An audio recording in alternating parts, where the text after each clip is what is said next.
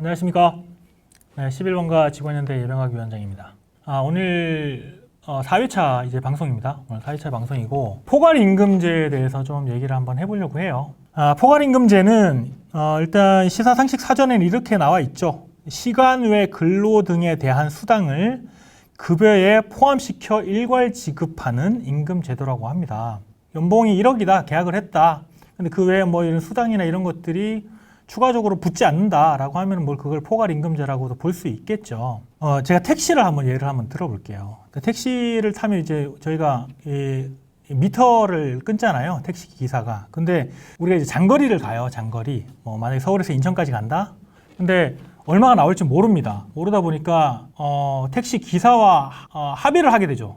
이를테면 5만 원에 그냥 갑시다. 미터 끊지 말고. 그렇게 해서 이제 목적지까지 갔어요. 근데 실제적 거리를 보니까 미터를 끊고 갔으면 한 4만 원 밖에 나오지 않아요. 어떻게 보면 제가 5만 원에 합의를 하고 갔는데 택시 기사한테 4만 원이 나왔다고 다시 만 원을 깎을 수는 없잖아요. 그럼 5만 원을 다 지급을 해야 돼요. 그렇게 되면은 저는 한 만 원을 더 주게 된 거죠. 그럼 여기서 택시 기사는 회사가 되는 거고, 승객은 이제 우리가 나라고 했을 때 만 원을 추가 이제 지급을 한 거죠. 그걸 이제 노동으로 봤을 때 만 원어치의 추가 노동을 이제 한 거예요. 그거를 어떻게 보면 이제 공짜 노동이라고 볼 수 있잖아요. 근로 외 시간, 초과 근무에 대한 시간을 정당하게 이제 보상을 받고 거기에 대한 합당한 대가를 받아야 한다라는 게 이제 기본 핵심인데, 그렇다면 우리 회사가 포괄임금제이냐?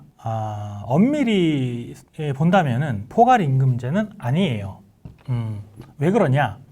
우리 그 기본 임금 구조를 보면 지난 3회차 방송 때도 말씀을 드렸지만, 기본급, 그 다음에 상여금, 그 다음에 이제 고정 OT, OT는 이제 오버타임이에요. 오버타임. 그래, 초과 근무 수당을 고정 OT라고 하는데, 일반적으로 회사의 임금 구조를 뜯어보면은 그렇게 세 가지로 구성이 되어 있습니다. 일반적으로. 그러니까 1시간이든 2시간이든 어느 정도의 초과 근무를 감안해서 수당 자체를 설정을 해놔요. 이제 그게 우리는 17시간인 거고요. 자, 그렇다고 봤을 때 17시간을 만약에 초과를 해서 근무를 하고 있다라고 했을 때 초과된 근무에 대한 수당을 지급을 하고 있지 않느냐? 그렇지 않다. 그러니까 17시간까지는 어쨌든 고정 OT로 이제 편성이 돼 있으니까 지급을 하지 않고 있죠. 그렇지만 이제 17시간을 초과한 시점부터 발생하는 초과 근무에 대한 부분은 수당을 지급을 하고 있기 때문에 엄밀히 보면 포괄임금제는 아니라고 보는 게 맞습니다. 그럼 왜 이 포괄임금제가 계속 이슈가 되느냐? 선택적 유연근무제, 지금 우리가 하고 있는 자율근무제가 본격적으로 시행이 되면서 이 자율근무제는 주 40시간만 근무 등록을 하게 되어 있죠. 그러다 보니까 실제로 그전에는 근무 시간에 대한 개념이 별로 없었던 것 같아요. 그런데 이제 유연근무제를 시행을 하고 근무 등록을 했는데 40시간밖에 근무가 등록이 안 되는 거야. 최대 일주일에 52시간밖에 근무 등록이 안 되죠. 근데 실제 내가 근무하는 시간이 보니까 52시간이 아니라 60시간? 70시간? 이렇게 되는 거예요. 그러다 보니까 그렇다면은 지금 내가 받고 있는 임금이 최대 주 52시간에 대한 임금 밖에 못 받는 거고, 그 외에 근무한 시간은 이제 공짜 노동이 되는 거죠. 아무런 대가를 받지 못한다는 걸 인식을 한 거예요. 그러다 보니까 본격적으로 포괄임금제가 이거는 내가 어떻게 보면 공짜 노동을 계속 강요를 받은 것이고, 회사로부터 실제적으로 이 52시간 이후에 근무도 정당하게 인정을 받고 거기에 대한 대가를 요구를 하겠다라고 하는 게 이제 본 취지인 것 같아요. 물론 이제 이해가 좀 안 되시거나 부족한 부분이 있습니다. 그런 부분들은 언제든지 저한테 문의를 해주시고 노동조합에 문을 두드려 주시기 바랍니다. 두 번째로는 임금 교섭이 지금 어떻게 진행되고 있느냐. 3월 16일 화요일에 이제 저희가 실무 교섭을 진행을 했습니다. 네이버 카페, 우리 조합 카페를 통해 가지고 미리 이제 그 또 안내를 드리기도 했지만, 회사의 어떤 긴급 요청으로 이래 가지고 부득이하게 회사 안에 아직 확정이 안 됐다고 하더라고요.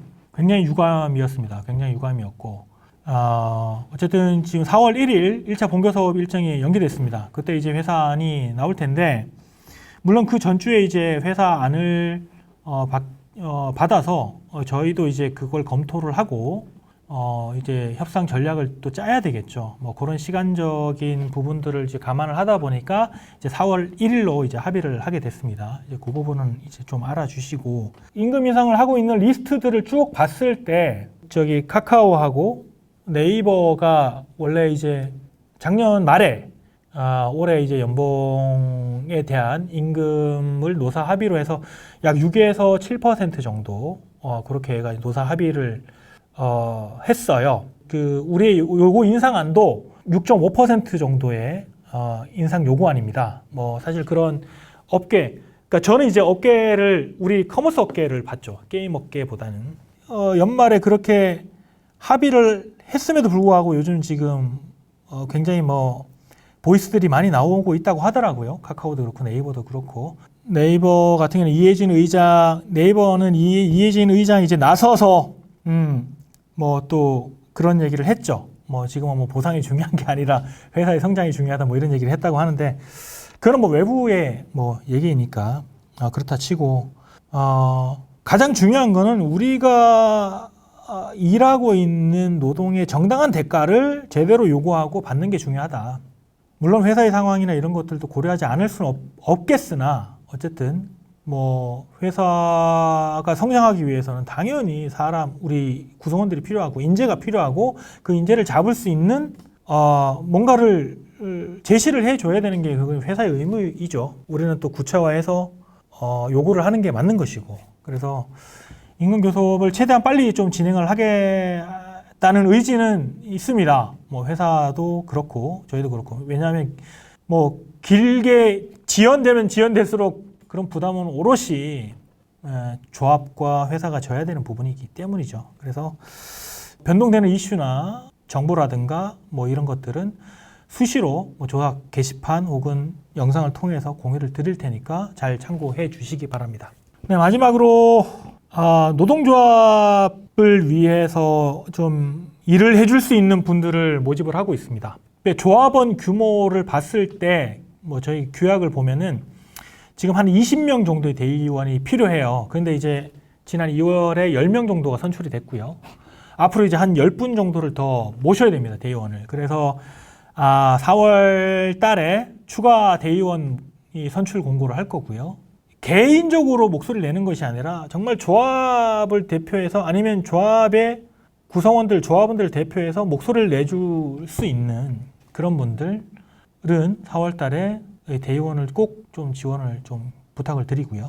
조합 간부들도 지금 아직 대부분이 다 현업에서 근무를 하고 있어요. 그래서 본인들의 어떤 개인 시간을 쪼개서 혹은 주말을 이용해서 이제 조합 업무를 또 하고 있는 분들이 대부분입니다. 그러다 보니까 좀 더 많은 분들이 이렇게 같이 해주면 업무 분장도 되고 좀 더 효율적으로 할 수 있을 것 같아요. 지금도 총 저 포함해서 5명이 집행 간무인데, 좀 더 많은 분들이 이렇게 도움을 주신다면 좀 더 즉각적이고 굉장히 좀 액티브한 조직이 좀 될 수 있지 않을까 해서, 그러니까 사무국장이라고 해야 되나요?